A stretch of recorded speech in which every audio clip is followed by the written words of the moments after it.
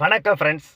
மாண்புமிகு நீர்வளத்துறை அமைச்சர் சென்னையில் அந்த கூவத்தில் மழை நீர் தேங்காமல் இருந்து வெள்ளம் வராமல் இருக்கிறதுக்கு முன்னெச்சரிக்கை நடவடிக்கையில் இறங்கிட்டு வருவாங்கன்றது எல்லாருக்கும் தெரியும். நாம் அதை பற்றி பேசியிருக்கோம்.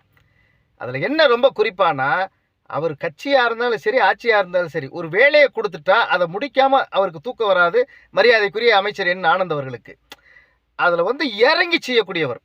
நான் அறிந்தவரை, நான் பார்த்தவரை, எந்த வேலையும் முடிச்சு அதில் வெற்றின்னு ஒரு இலக்கு வர்ற வரைக்கும் எல்லா அஸ்திரங்களையும் கையாண்டு ஜெயிக்க பார்ப்பார். அத்தகைய மனோபலம் படைத்தவர், அத்தகைய எண்ணம் படைத்தவர். தமிழ்நாட்டுக்கு இப்படி ஒரு அமைச்சர் நீண்ட காலத்து கழிச்சு கிடைச்சிருக்காரு. அவர் அதெல்லாம் தாண்டி ஒரு வேலை செய்கிறாரு. அந்த நீரில் மூழ்கி அந்த நீரில் இருக்கக்கூடிய குப்பைகளை அகற்றக்கூடிய அந்த ஜேசிபியில் அந்த டெக்னிக்கலாக தெரிஞ்சவங்களோ, அந்த இன்ஜினியரோ, சர்வீஸ் இன்ஜினியரோ, அல்லது அதில் இருக்கக்கூடிய ஊழியர்களோ, அந்த டிரைவர்ஸோ கூட பயந்து தான் ஏறுவாங்க. அவர் வயசெல்லாம் மீறி அப்படி சிங்கம் போல் அப்படியே ஏறி டக்குன்னு இது பண்ணி அந்த இடங்களை பார்வையிடுறாரு பாருங்க. நமக்கே ஒரு நிமிஷம் அப்படியே பயமாக இருக்குது. அமைச்சர் அவர்களே, நீங்கள் தயவுசெய்து உங்களுடைய பாதுகாப்பை நீங்கள் பார்த்துக்கணும்.